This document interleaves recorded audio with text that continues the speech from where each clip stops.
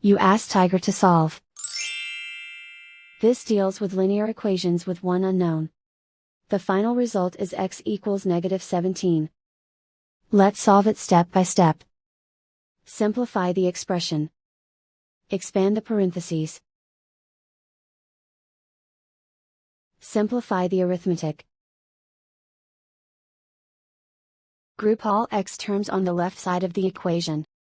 Subtract 4x from both sides.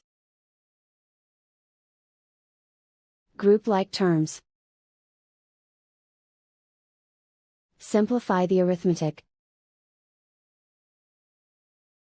Group like terms. Simplify the arithmetic. Group all constants on the right side of the equation. Subtract 15 from both sides. Simplify the arithmetic.